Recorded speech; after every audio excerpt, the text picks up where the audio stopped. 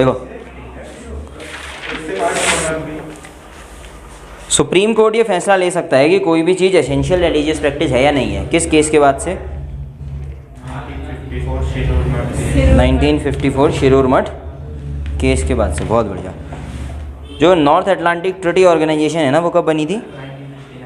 1949। 1949 में एक और ऑर्गेनाइजेशन बनी थी जिससे रशिया को निकाल दिया। नहीं, वार्शा नहीं।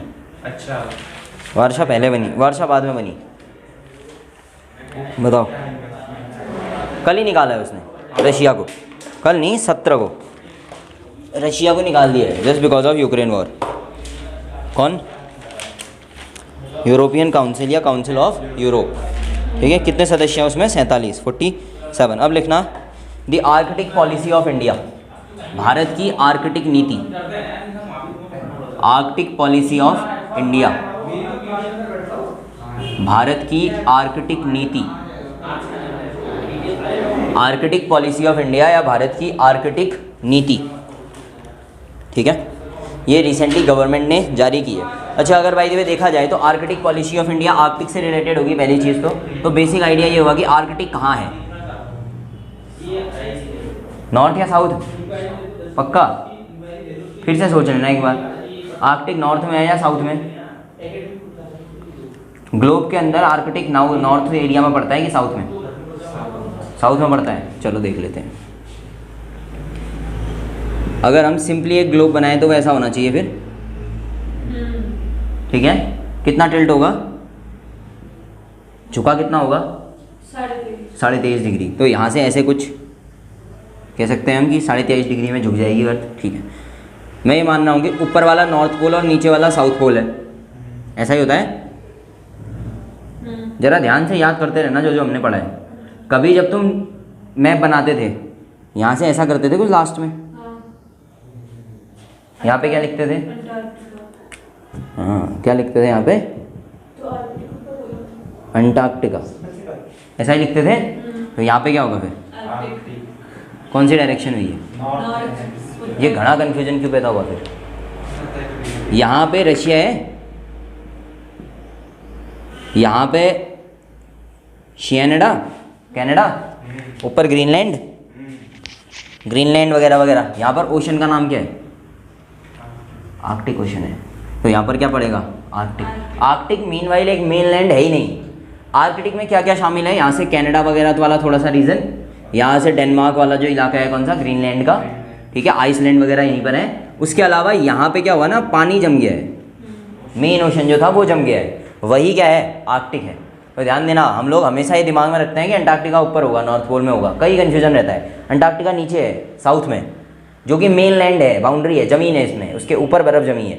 यहाँ पानी जम के आइलैंड टाइप का बन गया है एक बहुत बड़ा। ठीक है, तभी तो उसको आर्कटिक को हमने महाद्वीप नहीं कहा, नहीं तो ज़मीन होती ना। ज़मीन है ही नहीं, पानी पानी है बस। ठीक है, तो आर्कटिक ऊपर है। तो पहली चीज़ आर्कटिक क्लियर हो गई। हाँ, अच्छा, आर्कटिक पॉलिसी ऑफ इंडिया है ना, तो पॉलिसी किसी गवर्नमेंट अथॉरिटी ने जारी की होगी। इसको साउथ पोल लिख दूँ फिर? अब ठीक है, तो ये हो गया नॉर्थ पोल में हमारा। ठीक है, अब आया पॉलिसी। तो पॉलिसी किसी डिपार्टमेंट ने, किसी विभाग ने या किसी मंत्रालय ने ही जारी की होगी, क्योंकि गवर्नमेंट की पॉलिसी है। तो कौन जारी करेगा? हाँ, पृथ्वी विज्ञान मंत्रालय, earth science ministry, ministry of earth sciences करके जो मिनिस्ट्री आई है, पृथ्वी विज्ञान मंत्रालय द्वारा ये जारी किया गया है। ठीक है, अब जरा ध्यान देना, आर्कटिक पॉलिसी ऑफ इंडिया होगी क्या फिर, कि आर्कटिक में कैसे क्या काम करना है, क्यों करना है हमने, इसके बारे में होगी। ठीक है, कुल मिलाकर के इसके 6 स्तंभ हैं। ठीक है, 6 पिलर्स हैं जो इस पे काम करेंगे आर्कटिक पॉलिसी ऑफ इंडिया पे। पहला जो पिलर है वो कहेगा कि भारत के अंदर हमने एक तो अनुसंधान का विकास करना है, तो अनुसंधान विकास। ठीक है, पहली चीज। और दूसरा मानव विकास, अनुसंधान और मानव का विकास। किसके संदर्भ में? आर्कटिक के संदर्भ में। आर्कटिक के संदर्भ में अनुसंधान का विकास से क्या समझ में आता है हमको?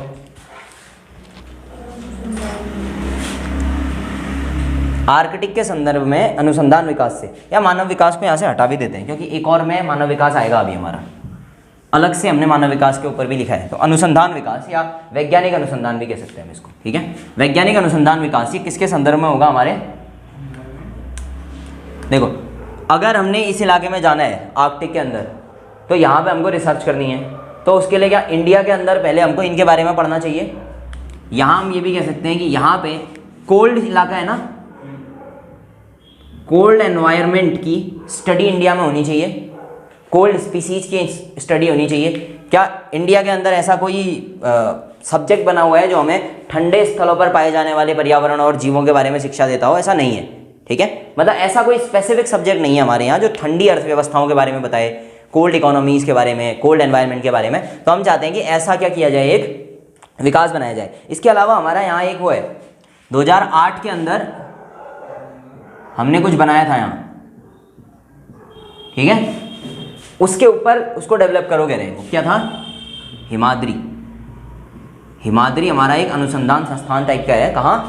आर्कटिक में। अंटार्कटिका में नहीं, अंटार्कटिका में तो बहुत है, गंगोत्री यमुनोत्री टाइप के सभी कर रखे हैं हमने। यहाँ हिमाद्री है जो 2008 में बना था, ठीक है। तो यहाँ एक अनुसंधान है। ध्यान देना कि इंडिया ने यहाँ स्टार्ट काम किया था 2007 से। हाँ, 2007 में हमारा पहला अनुसंधान मिशन गया था यहाँ, या पहला वैज्ञानिक मिशन गया था, और उसी के तहत फिर बाद में 2008 के अंदर यहाँ क्या बनाया हमने, हिमाद्री जो है वो डेवलप किया अपना, ठीक है, अनुसंधान।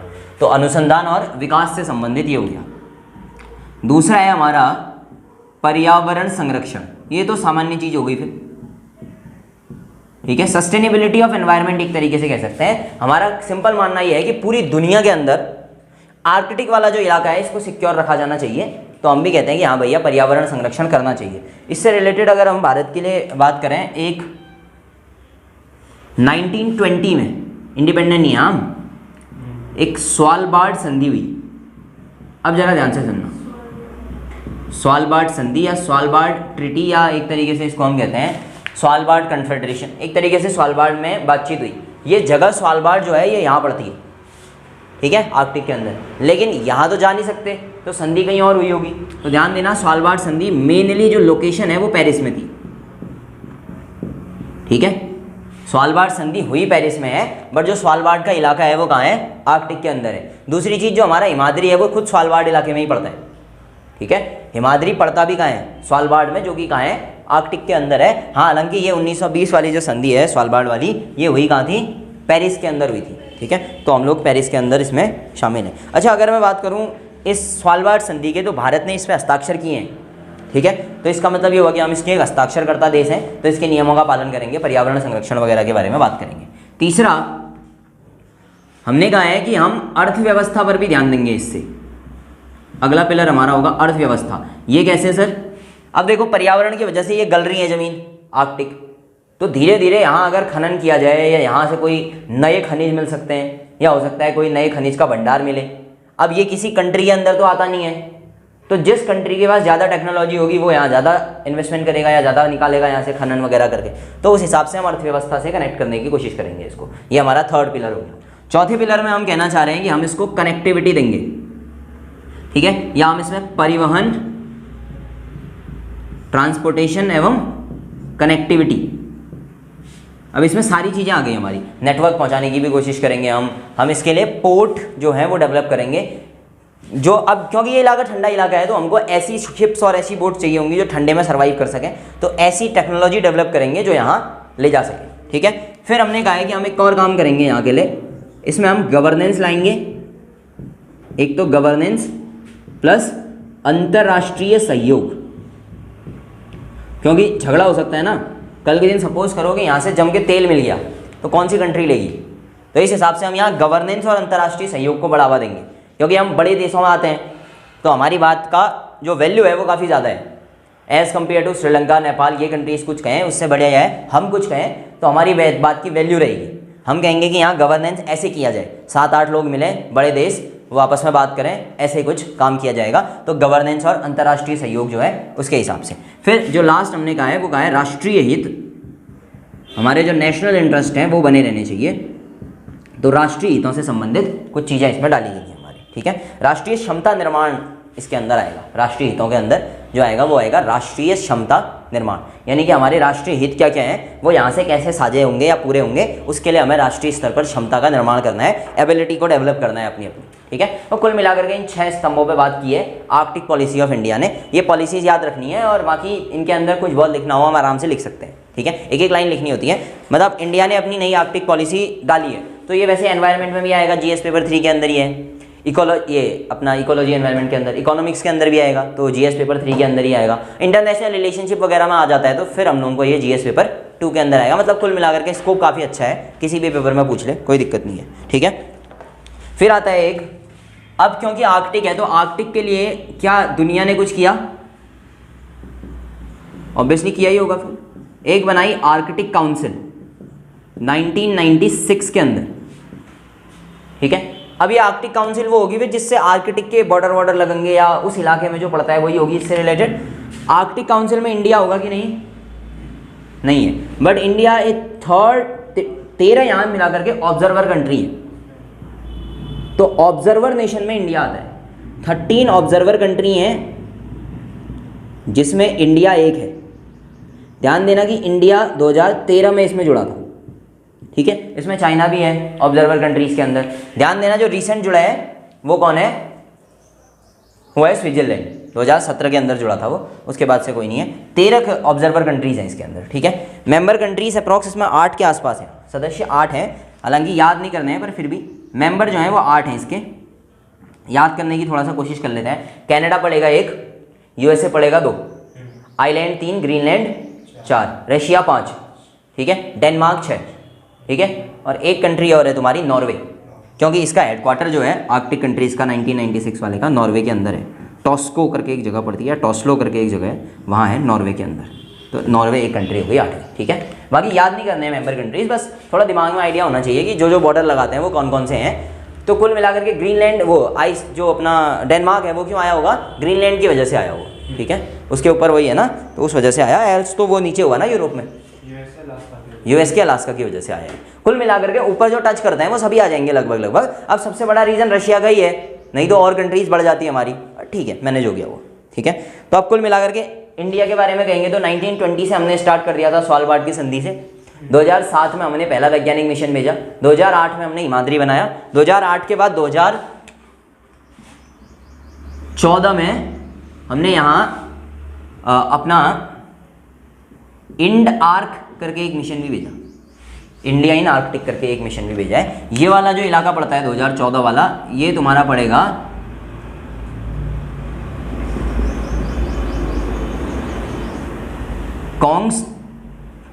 कॉन्ग्सफ जर्मनी, इस तरीके से कुछ है कॉन्ग्सफ। ये जो इलाका पड़ेगा तुम्हारा ये है कॉन्ग्सफ जॉर्डन, इस लोकेशन में पड़ता है कॉन्ग्सफ जॉर्डन में, 2014 का इंड आर्क, ठीक है, कॉन्ग्सफ जॉर्डन 2014 के अंदर, ठीक है।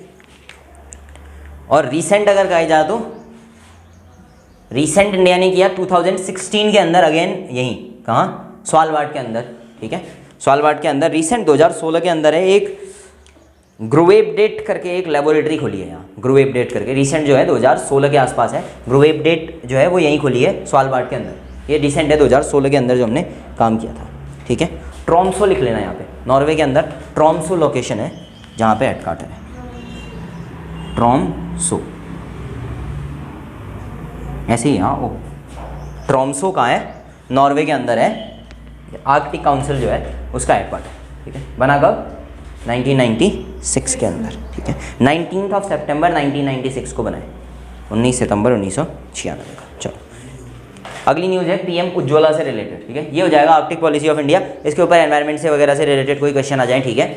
और हम ये भी कह सकते हैं कि जिस तरीके से आर्कटिक पॉलिसी ऑफ इंडिया ने निकाली है, तो पर्यावरण से संबंधित हमारी कोई पहल आती है उसमें हम ये कह सकते हैं, या विश्व स्तर पर भारत की बढ़ती हुई पहचान, इससे रिलेटेड अगर कोई क्वेश्चन आ गया मेंस में, वहाँ पे डाल सकते हैं हम, विश्व स्तर पर भारत ने भी क्या किया? अपनी आर्कटिक पॉलिसी डाली है, यानी कि हम एक बड़ी अर्थव्यवस्था और एक वर्ल्ड वाइड एक बड़े नेशन के रूप में काम कर रहे हैं, ठीक है। ये सारे पॉइंट्स वहाँ डाल सकते हैं, क्योंकि कुल मिला के देखा जाए तो आर्कटिक जो कमज़ोर देश है उनके लिए तो मुद्दा ही नहीं है। अब नेपाल आर्कटिक जाके क्या करेगा ना? अपनी अर्थव्यवस्था सुधारेगा। भूटान जाके क्या करेगा? बट इंडिया अगर यहाँ जा रहा है और इतनी बढ़िया पॉलिसी लेकर के आ रहा है, तो 8 पॉइंट्स हैं हमारे, बढ़िया से पॉलिसी ला रहे हैं, मिशंस भेज रहे हैं लगातार, 6-7 स्टेप्स तो ले ही लिए। तो इसका मतलब है कि हम विश्व स्तर पर भी अलग अलग अर्थव्यवस्थाओं में भाग लेते हैं, अलग अलग परिस्थितियों के हिसाब से देखते हैं, ठीक है। अब अगला देखो, पीएम उज्ज्वला योजना से रिलेटेड है क्वेश्चन। अभी जो रिपोर्ट आई है वो है पीएम उज्ज्वला योजना क्या थी ये? हाँ, गैस सिलेंडर सप्लाई करना था। किसको? गरीबों को। हाँ ठीक है, पीएम उज्ज्वला योजना 2 आ गई हैं, तो मैं 1.0 और 2.0 कर लेता हूँ। 2.0 ज़्यादा कॉमन है, 1.0 है नहीं वैसे, पर हम पहली और दूसरी करके इसको याद रखेंगे। प्रधानमंत्री उज्ज्वला योजना पहली कब आई?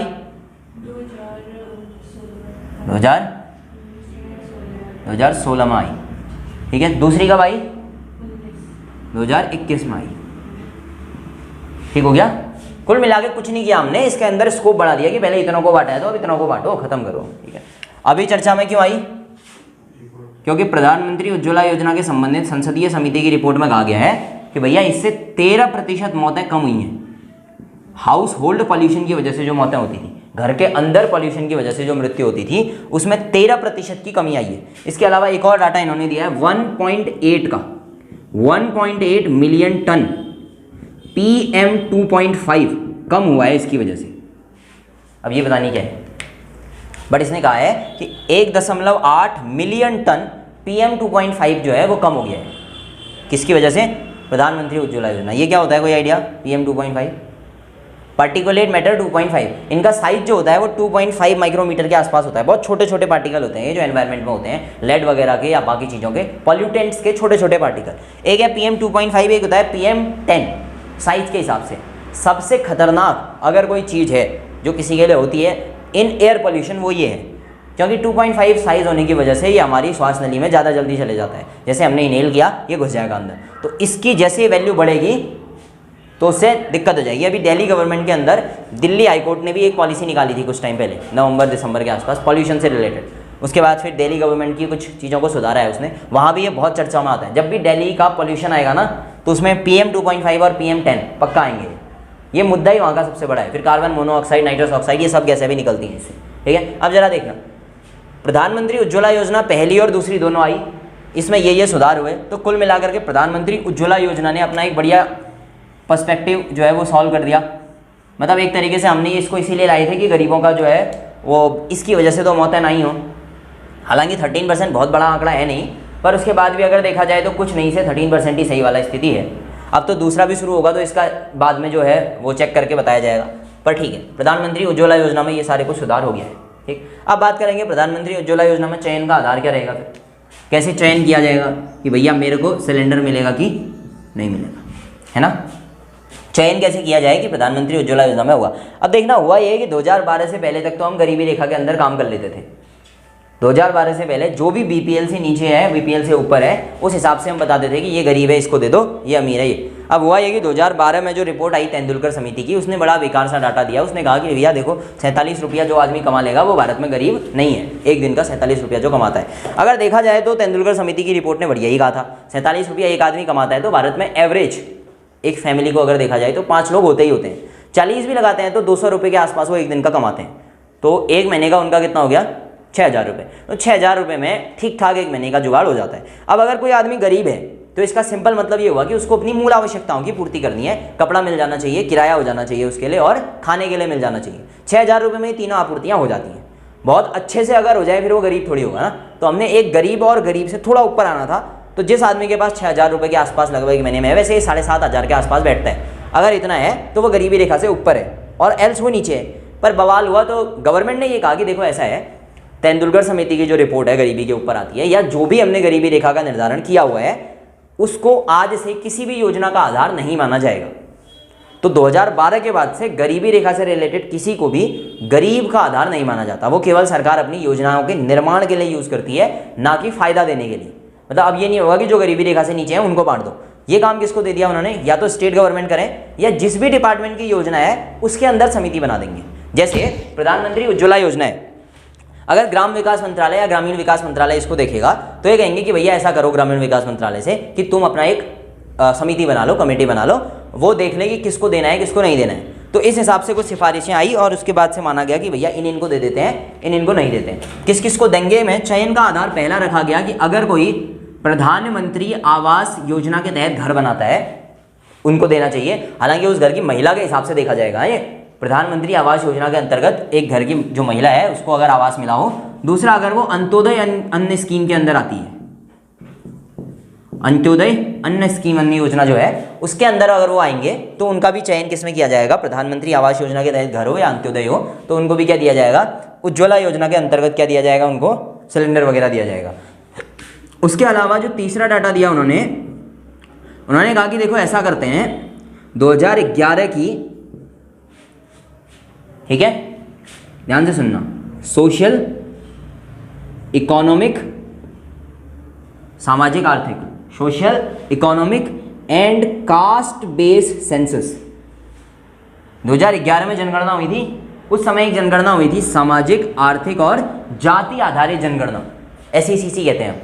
इसके डाटा का यूज करके दो, इसमें जो लोग गरीब हैं, अनुसूचित जनजाति से हैं, अनुसूचित जाति से हैं, अनुसूचित जाति और जनजाति में लगभग सभी को मिलेगी, ठीक है। उसके अलावा जो अंत्योदय के अंदर आते हैं या प्रधानमंत्री आवास योजना के अंतर्गत, इन सब में नहीं भी है फिर भी अगर तुम गरीब हो तो एफिडेविट देकर भी इस योजना का लाभ ले सकते हैं, ठीक है। तो कुल मिलाकर के ये 3 जो बड़े मानदंड हैं वो रखे गए, इनके अलावा भी छोटे छोटे मानदंड हैं, पर social economic and caste based census 2011 के डाटास को, अंत्योदय स्कीम के अंदर के डाटास को और प्रधानमंत्री आवास योजना के अंतर्गत जो आंकड़े हैं उनके आधार पर तय किया जाएगा कि किसको आवास, ये उज्ज्वला योजना का फायदा मिलेगा और किसको नहीं मिलेगा, ठीक हो गया।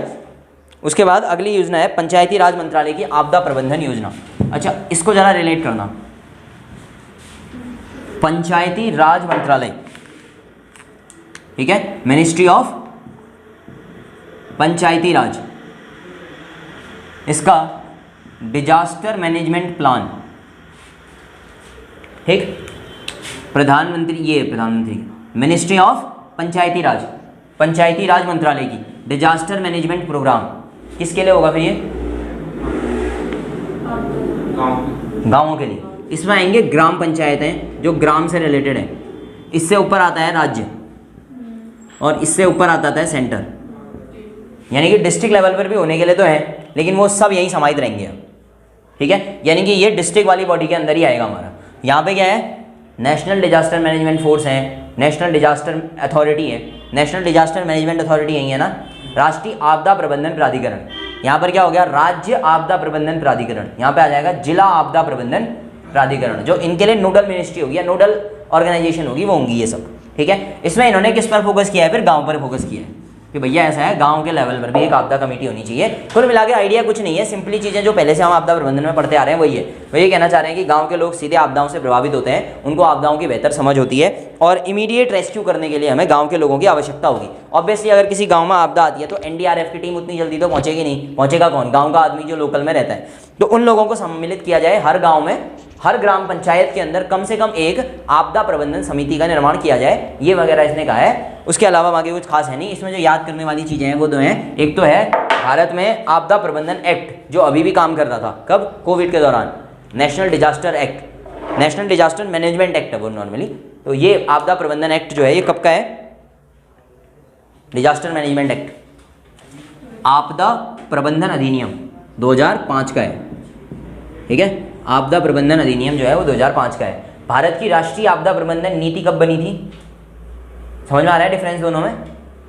ये है भारत का आपदा प्रबंधन एक्ट अधिनियम। इसका मतलब ये हुआ कि अगर भाई देखो सपोज करो कहीं पे भूस्खलन आया है और तुमको नहीं मुझे खेत में पानी डालना है, मुझे अभी तो यहीं रहना है, ऐसा ऐसा, तो तुम आपदा प्रबंधन अधिनियम का उल्लंघन करोगे। जैसे अभी क्या किया, कोविड के टाइम पे थूकने पे जुर्माना लगा दिया था और अरेस्ट करने का भी प्रावधान बना दिया था, किसके अंदर, राष्ट्रीय ये आपदा प्रबंधन अधिनियम के तहत ना, डिजास्टर मैनेजमेंट एक्ट। तो ये एक्ट कब बना, 2005 में, ये कानून है। लेकिन भारत अपनी आपदा प्रबंधन की नीति भी लाया है कि हम कैसे आपदा प्रबंधन करेंगे। जैसे अभी हमने बड़ा आर्कटिक की नीति आई, उसमें हमने ये कहा है ना कि हम आर्कटिक में कैसे डेवलपमेंट करेंगे, अपने क्षेत्रों को कैसे फायदा पहुंचाएंगे। इसमें हमने क्या कहा, डिजास्टर एक्ट के अंदर, डिजास्टर मैनेजमेंट के अंतर्गत एक पॉलिसी बनाई कि ऐसे ऐसे डिजास्टर का मैनेजमेंट होगा। ये पॉलिसी आती है 2009 के अंदर। तो राष्ट्रीय आपदा प्रबंधन नीति 2009 की है, राष्ट्रीय आपदा प्रबंधन नीति 2009 की, ठीक है। एक्ट है 2005, नीति है 2009, ये याद रखना है यहाँ से। अच्छा एक बड़ी तगड़ी चीज आई है, राष्ट्रीय अनुसूचित जनजाति आयोग, राष्ट्रीय अनुसूचित जनजाति आयोग, national commission for scheduled tribes, NCST, national commission for scheduled tribes, राष्ट्रीय अनुसूचित जनजाति आयोग। एक संसदीय कमेटी बनाई गई थी जिसने ये रिपोर्ट दी है कि पिछले 4 सालों से इसने NCST ने एक भी रिपोर्ट संसद को नहीं दी। इसका मतलब उसने ये कहा है कि NCST भारत में निष्क्रिय हो गया है, ठीक है, नॉन एक्टिव बॉडी बन गया है, निष्क्रिय बॉडी बन गया है, ये कोई काम नहीं करता है। ये कैसा हो गया है? निष्क्रिय हो गया है। तो इससे प्रश्न आने की संभावना है कि आप कैसे सिद्ध करेंगे कि भारत में NCST क्या हो गया है? अब निष्क्रिय हो गया है। तो इसके लिए कुछ पॉइंट्स याद करने पड़ेंगे हमको, जिसकी वजह से भी रिपोर्ट में कहा भी गया होगा, ठीक है। निष्क्रियता के कुछ एक बहुत कारण भी दिए हैं उसने, और साथ में ये भी बताया है कि सच में NCST क्या हो गया है? निष्क्रिय हो गया है, ठीक है। एक है इंदिरा सागर पोलावरम परियोजना, आंध्र प्रदेश की एक परियोजना है इंदिरा सागर पोलावरम परियोजना। NCST को इस पर एक रिपोर्ट देनी थी कि इंदिरा सागर पोलावरम परियोजना से जनजातियों को, खासकर ST जनजातियों को क्या प्रभाव पड़ेगा, पर इसने नहीं दिया। तो उसने कहा कि देखो ये निष्क्रिय हो गया है क्योंकि इसने इंदिरा सागर पोलावरम परियोजना के प्रभावों पर कोई भी आकलन पेश नहीं किया है, जो कि इसको करना चाहिए था। दूसरा, राउरकेला स्टील प्लांट के प्रभावितों को मुआवजा देना, उनको दोबारा से किसी जगह पे बसाना, उसके ऊपर एक रिपोर्ट देनी थी NCST को, वो भी इसने अभी तक पेश नहीं की है। तो पिछले 4 सालों से इसने कोई रिपोर्ट पेश नहीं की है, पहला पॉइंट। दूसरा, इंदिरा सागर पोलावरम आंध्र प्रदेश का एक जो इसने रिपोर्ट देनी थी वो नहीं दी। राउरकेला स्टील प्लांट की एक रिपोर्ट देनी थी वो नहीं दी। राउरकेला है कहाँ? उड़ीसा में है, बहुत बढ़िया। राउरकेला उड़ीसा में पड़ता है, चिल्का लेक भी यहीं पड़ती है, ठीक है। तो राउरकेला, इंदिरा सागर पोलावरम, इन पे कोई रिपोर्ट नहीं दी। तो हमने कहा कि देखो भैया NCST क्या हो गया है? निष्क्रिय हो गया है। इसका कारण उन्होंने दिया है कि बजटीय आवंटन में 7,000 करोड़ से इसका बजट घटा करके 6,000 करोड़ कर दिया गया।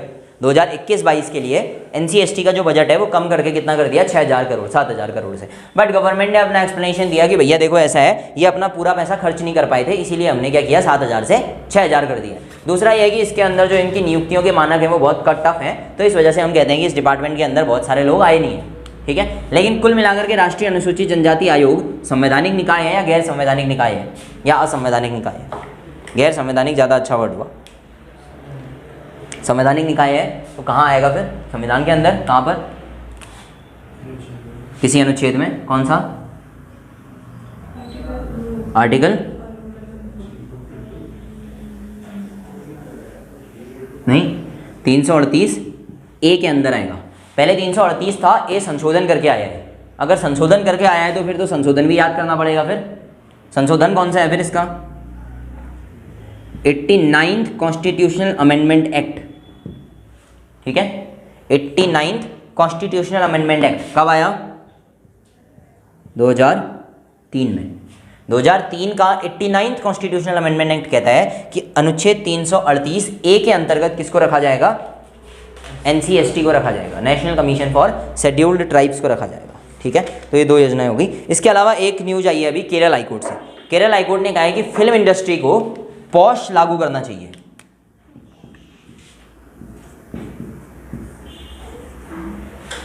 केरल हाईकोर्ट ने कहा है कि फिल्म इंडस्ट्री को पॉश को लागू करना चाहिए। पॉश क्या है? पॉश है प्रिवेंशन ऑफ सेक्सुअल हरासमेंट, ठीक है। कार्यस्थल पर यौन उत्पीड़न से संबंधित चीजें, उसके लिए पॉश जो है ये एक्ट आया था। कुल मिलाकर के इसका कार्यस्थल पर यौन उत्पीड़न अधिनियम करके एक अधिनियम है। कब बना था? 2013 के अंदर। इसमें न्यायिक सक्रियता का विवाद भी दिखता है हमको, अभी पढ़ेंगे क्या होता है। पर फिलहाल हुआ ये कि पॉश लागू करने के लिए केरल गवर्नमेंट ने कहा है फिल्म इंडस्ट्री को। पॉश है क्या? Prevention of sexual harassment. वैसे ओरिजिनली ये पूरा का पूरा जो एक्ट है वो है कार्यस्थलों पर यौन उत्पीड़न अधिनियम 2013। इसके अंदर ब्रैकेट में इन्होंने लिखा हुआ है इसका प्रिवेंशन, इसका प्रोहिबिशन, इसका रोकथाम, ये सब रोकथाम भी होगा इसका, ठीक है। इसको रोका कैसे जाए और इसमें बचाव कैसे किए जाए इसके बारे में लिखा है, ठीक है। तो प्रिवेंशन, प्रोहिबिशन एंड रिड्रेस, तीनों चीज़ें आएंगी इसमें। प्रोहिबिशन, प्रिवेंशन और रिड्रेस, तीनों चीज़ें इसके अंदर आती हैं इस एक्ट के अंदर। तो ऐसा ही है कुछ, ये पूरा है कार्यस्थल पर महिलाओं के यौन उत्पीड़न रोकथाम, निषेध और निवारण अधिनियम 2013 के अंदर आएगा, ठीक है। अच्छा, ये जो एक्ट बनाया है ये किसने बनाया होगा फिर? गवर्नमेंट ने। लेकिन 2013 में एक्ट आया है, तो 2013 से पहले भी ऐसा होता ही होगा।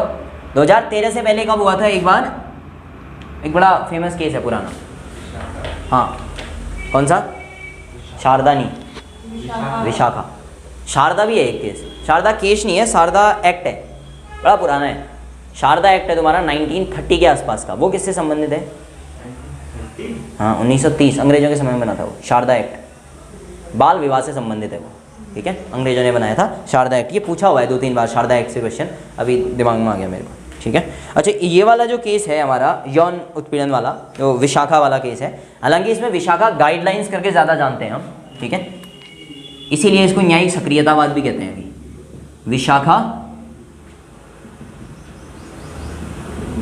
विशाखा गाइडलाइंस किसने दी थी? ये सुप्रीम कोर्ट ने दी थी, ठीक है। ये कुल मिलाकर के जो केस है वो कहाँ का केस है? राजस्थान का है, ठीक है। विशाखा वर्सेस तुम कह सकते हो गवर्नमेंट ऑफ राजस्थान, ठीक है, वहाँ का केस रहा है। कुल मिलाकर के केस में हुआ क्या कि अगर हम याद करें, साथिन करके एक एनजीओ हुआ करता था, तो साथिन एनजीओ गया राजस्थान के अंदर बाल विवाह को रोकने, ठीक है, बट बाल विवाह तो रोक नहीं पाया, तो इनके साथ यौन उत्पीड़न किया गया वहाँ एनजीओ के अंदर। ये हुआ है, हाँ ध्यान देना, ये एक एनजीओ टाइप का था साथिन, वो गए और वहाँ क्या है यौन उत्पीड़न हुआ इनके साथ, रोकने गए थे बाल विवाह को, तो इन्होंने केस किया, केस गया हाईकोर्ट में। हाईकोर्ट में जब केस गया, भंवरी देवी करके कोई थी, तो जब ये केस हाईकोर्ट में गया तो हाईकोर्ट ने जो आरोपी थे उनको बाइज्जत बरी कर दिया, ठीक है। अब वो बाइज्जत बरी हो गए तो फिर ये गए सुप्रीम कोर्ट, तो कुल मिलाकर के डिसीजन आया सुप्रीम कोर्ट से है, लेकिन ये जो केस था वो कहाँ का था? राजस्थान हाईकोर्ट का केस हुआ करता था, ठीक है। कब का केस है? 1997 का केस है ये, इसीलिए न्यायिक सक्रियतावाद अच्छी चीज़ है, मैं इसका एग्जाम्पल लिखा जाता है, क्यों लिखेंगे अभी देखेंगे, पर 1997 का केस है। 1997 में विशाखा गाइडलाइंस भी जारी की सुप्रीम कोर्ट ने, कार्यस्थल पर यौन उत्पीड़न से संबंधित गाइडलाइंस हैं, ध्यान देना, कार्यस्थल पर यौन उत्पीड़न से संबंधित गाइडलाइंस है विशाखा गाइडलाइंस, ठीक है। अच्छा ये दे दिया, इसके अंदर लगता है न्यायिक सक्रियतावाद। अब जरा ध्यान से देखना, एक आर्टिकल इससे रिलेटेड है, आर्टिकल 144, जो कहता है कि सुप्रीम कोर्ट द्वारा लिए गए निर्णय कानून के समान माने जाएंगे। सुप्रीम कोर्ट द्वारा दिए गए निर्णय कानून के समान माने जाएंगे, ठीक है। संसद के द्वारा बनाए गए कानून के समान ही किसके कानून भी माने जाएंगे? सुप्रीम कोर्ट के दिए गए निर्णय भी कानूनी है एक तरीके से। तो सुप्रीम कोर्ट का निर्णय आया ना विशाखा गाइडलाइंस, उसको ही कानून बनाया गया, वही कानून रहा आर्टिकल 144 के तहत। कब तक रहा? जब तक कि ये नहीं आ गया 2013। तो 1997 से लेकर के 2013 तक चलता रहा ये, कुल मिला के 16 साल के आसपास हो गए। 16 सालों तक गवर्नमेंट ने कोई भी एक्ट नहीं बनाया, किसके लिए? कार्यस्थल पर यौन उत्पीड़न से संबंधित। तो इस हिसाब से हम कहेंगे कि 16 साल तक गवर्नमेंट सोती रही। 16 साल तक काम किसने किया है? फिर सुप्रीम कोर्ट ने। सुप्रीम कोर्ट के नियम के हिसाब से ही सब चलता रहा। तो कुल मिलाकर के हम ये कहते हैं कि न्यायिक सक्रियतावाद क्या है? जब न्यायपालिका अपना ओरिजिनल ज्यूरिसडिक्शन छोड़ करके, अपना ओरिजिनल इलाका छोड़ देती है, जो कि उसका ओरिजिनल इलाका है न्याय देना, वो छोड़ करके कानून बनाने के पीछे लग जाए। कानून बनाना लेजिस्लेचर का काम है, तो इसको कहते हैं न्यायिक सक्रियतावाद। न्यायपालिका ज़्यादा सक्रिय हो गई है, ठीक है, judiciary more active than the legislature. अपने काम को छोड़कर दूसरा काम भी कर रही है ना, यहाँ पे वही किया उसने, कानून बनाना शुरू कर दिया ना, तो इसीलिए इसको न्यायिक सक्रियतावाद कहते हैं। अब न्यायिक सक्रियतावाद अच्छा है या बुरा, सुप्रीम कोर्ट के टाइम पे देखेंगे हम, लेकिन अगर हमसे कोई पूछे कि अच्छा क्यों है, तो हम ये लिखेंगे कि देखो भैया, जब लेजिस्लेचर 16 साल सोता रहा हमारा, तो उस समय पे क्या हुआ? विशाखा गाइडलाइंस ने प्रिवेंशन किया, किसका? सेक्सुअल हरासमेंट का इन वर्क प्लेसेस, ठीक है। तो इस तरीके से एग्जाम्पल्स को हम एक जगह से दूसरी जगह डाल सकते हैं, कई जगह पे इसका यूज़ कर सकते हैं हम, पर हमारे लिए इतना काफ़ी है, ठीक हो गया। एक है biological and toxic weapons convention, ठीक है, BTWC, biological and toxic weapon convention. ये कब हुआ था? 1972। इससे क्वेश्चन बनेगा कि भारत इसका सदस्य है या नहीं है, तो ऑब्वियसली भारत इसका सदस्य है, ठीक है। उसके अलावा land port authority of India. Land port authority of India ये इसलिए अभी चर्चा में आया क्योंकि इसने अभी अपना 10वां स्थापना दिवस मनाया है। 1 मार्च 2012 को इसकी स्थापना हुई थी, land port authority of India की। ये होम मिनिस्ट्री के अंतर्गत आता है हमारा, ठीक है। इसके अलावा हिमालयी ग्रिफॉन गिद्ध से रिलेटेड एक न्यूज़ है। हिमालयी ग्रिफॉन गिद्ध जो हैं उसमें से 95 से ज़्यादा गिद्ध जो हैं वो हमारे वल्चर्स, वो कहाँ मरे मिले? असम के अंदर 95 से ज़्यादा मरे, और एक उसमें से स्टेपी ईगल भी था, इसके बारे में भी देखेंगे थोड़ा सा। एक था स्टेपी ईगल, ये मरा, बाकी हिमालयी ग्रिफॉन गिद्ध हैं वो मरे हैं, वल्चर्स मरे हैं, कहाँ? असम के अंदर। अब ये मर गए तो इनके ऊपर भी डिस्कशन हुई कि भैया क्यों मरे, तो वहाँ पे निकल के आया कि कार्बोफ्यूरॉन की वजह से मरे। ये वर्ड याद रखना, कार्बोफ्यूरॉन की वजह से मरे। अब जो ये कार्बोफ्यूरॉन है, ये होता क्या है? एक पेस्टिसाइड होता है, कीटनाशक होता है। इससे पहले भी ऐसा हो चुका है, उसकी वजह से फिर वो एक पेस्टिसाइड को बैन ही कर दिया था। ये दूसरा पेस्टिसाइड है कार्बोफ्यूरॉन, इसकी वजह से मरे हैं कहा ये गिद्ध, ठीक है। ये गिद्ध वैसे टॉप ऑर्डर में आते हैं हमारे, जब फूड चेन बनती है तो उसके अंदर ये जो 95 के आसपास ये मरे, ठीक है, हिमालयी ग्रिफॉन गिद्ध। और उसमें से एक जो है वो कौन है, स्टेपी ईगल है। अच्छा, स्टेपी ईगल क्या होगा फिर? स्टेपी ईगल, स्टेपी है क्या? स्टेपी ग्रासलैंड है, कहाँ? यूरोप के। तो यूरोप के ग्रासलैंड से हमारी साइड आया होगा स्टेपी ईगल, उस वजह से वो भी इसमें शामिल है जो मरा है। तो कुल मिलाकर के कार्बोफ्यूरॉन्स की वजह से ये मरा है। अच्छा, जो ये हमारे हिमालयी जो गिद्ध हैं टन के आसपास, IUCN जो कहता है, IUCN कब बना था? 1948 के आसपास बना था, ठीक है। ग्लैंस स्विट्जरलैंड में इसका हेडक्वार्टर है। अब इसने किया क्या, स्टेपी ईगल्स वगैरह मरे हैं कार्बोफ्यूरॉन्स की वजह से, तो ये कहाँ कहाँ पाए जाते हैं? तो हिमालयी ग्रिफॉन गिद्ध कहा ना हमने, तो हिमालय का रीजन पूरा शामिल, कौन कौन शामिल है हिमालय में? भारत, भूटान, नेपाल। इसके अलावा थोड़ा सा अगर हम इस तरफ को खिसके हैं पाकिस्तान की साइड, तो इस इलाके के सारे देश लगभग इसमें आते हैं। पाकिस्तान है, अफगानिस्तान है, उज्बेकिस्तान है, ताजिकिस्तान है, तुर्कमेनिस्तान है, ठीक है। ये सारे के सारे जो हैं उनमें भी ये वाले गिद्ध मिलते हैं, ठीक है, हिमालयी ग्रिफॉन गिद्ध उनमें भी मिलते हैं, बाकी ठीक है। राहुल सांकृत्यायन से रिलेटेड एक न्यूज़ है। 1893 में इनका जन्म हुआ था, राहुल सांकृत्यायन। हिंदी भाषा के एक लेखक भी रहे हैं ये, और यात्री रहे हैं घुमंती प्रवृत्ति के। क्यों आया है चर्चा में? क्योंकि ये अभी इंडियन गवर्नमेंट ने कहा है कि जितनी भी पांडुलिपियाँ हैं और जितनी भी चीज़ें बौद्ध धर्म से रिलेटेड हैं, जो नालंदा यूनिवर्सिटी से, तक्षशिला यूनिवर्सिटी से कहाँ चली गई थी, तिब्बत चले गई थी, आग लगाई ना वहाँ नालंदा में। तो जब बख्तियार खिलजी ने आग लगाई तो कुछ मैन्यूस्क्रिप्ट्स को बचा करके तिब्बत ले जाया गया था। राहुल सांकृत्यायन ने अपनी एक यात्रा की लासा की ओर करके एक पुस्तक भी है। जब वो वहाँ गए, लासा गए, तो तिब्बत की साइड, तो वहाँ से वो मैन्यूस्क्रिप्ट लेके इंडिया आए। तो राहुल सांकृत्यायन को पद्मश्री भी मिला हुआ है और इनको साहित्य अकादमी पुरस्कार भी मिला हुआ है। तो इन्होंने अपना यात्रा जो की उसके दौरान ये मैन्यूस्क्रिप्ट लेके आ गए ओरिजिनल। अब कहा गया है कि वो जो ओरिजिनल मैन्यूस्क्रिप्ट है उसको दोबारा से रीराइट किया जाएगा और अच्छे से रखा जाएगा। तो इसीलिए राहुल सांकृत्यायन अभी चर्चा में आए हैं। राहुल सांकृत्यायन को हिंदी साहित्य के अंदर जो यात्रा वृतांत लिखते हैं वो इन्होंने ही शुरू किए। तो इनको यात्रा वृतांत जो हिंदी साहित्य के अंदर है उसका जनक भी माना जाता है, ठीक है। तो राहुल सांकृत्यायन से रिलेटेड एक न्यूज़ है। तो कुल मिलाकर के आज के करंट अफेयर इतने हैं, काफ़ी है, ठीक है। एक अभी वर्ड हैप्पीनेस रिपोर्ट आई है, उसको इकोनॉमिक्स में करने की वजह से हम छोड़ लें, वो इकोनॉमिक्स से रिलेटेड है ना, वो पूरी वहाँ पढ़ेंगे, इसीलिए छोड़ लें, ठीक है। बाकी देख लेना मतलब एक बार वर्ड हैप्पीनेस रिपोर्ट के बारे में। इंडिया की रैंक अभी भी इतनी अच्छी है नहीं कि हम बहुत खुश रहें, हालांकि उस रिपोर्ट के ऊपर अभी काफ़ी बवाल खड़ा हो गया है, ठीक है, गलत है करके। मतलब कुल मिलाकर के उसने जिस तरीके से कंट्रीज़ को ऊपर रखा है इंडिया से ना, उसमें लास्ट में कौन है? अफगानिस्तान है। अभी देख लेना, बाकी इकोनॉमिक्स में देखेंगे उसको, तो जरूरी हो जाता है, ठीक है। तो अपना लगभग वो कॉन्स्टिट्यूशन मेकिंग वाला पूरा हो गया था। रिवीजन करना है उसमें से कुछ, या याद है सारे नाम? याद है सब पक्का? ड्राफ्टिंग कमेटी के 8 बता दो फटाफट से। साथ ही थे, बहुत बढ़िया, बताओ। पहला भीमराव अम्बेडकर, एन गोपालस्वामी अयंगार, अल्लादी कृष्ण स्वामी अय्यर, मोहम्मद शादुल्ला, के एम मुंशी, DP खेतान, हाँ, इनकी जगह DP खेतान की जगह DP खेतान की जगह TT कृष्णमाचारी और मित्तल की जगह है माधव, TT कृष्णमाचारी और N माधव, ठीक है। 15 महिलाओं के नाम? अम्मू स्वामीनाथन, अम्मी नहीं, अम्मू स्वामीनाथन। कहाँ से थे? केरला से, अम्मू स्वामीनाथन। और ठीक है, अम्मू स्वामीनाथन, सरोजिनी नायडू, सुचेता कृपलानी, विजय लक्ष्मी पंडित, राजकुमारी अमृत कौर, हाँ, दुर्गाबाई देशमुख, बेगम एजाज रसूल है वो, उसको कुरैशी हटा के रसूल कर लेना, ठीक है। बेगम एजाज रसूल, हाँ, कमला चौधरी, रेणुका रे, पूर्णिमा बनर्जी, लीला रॉय, पढ़ना नहीं है, याद करके बताने हैं। हंसा मेहता, हाँ, मालती चौधरी। मालती चौधरी क्यों फेमस है? क्योंकि बांग्लादेश वाले रीजन से आती थी ना ये? ट्रेड यूनियन लीडर नहीं, ट्रेड यूनियन में पूर्णिमा मुखर्जी, पूर्णिमा चौधरी, हाँ, ट्रेड यूनियन में पूर्णिमा चौधरी।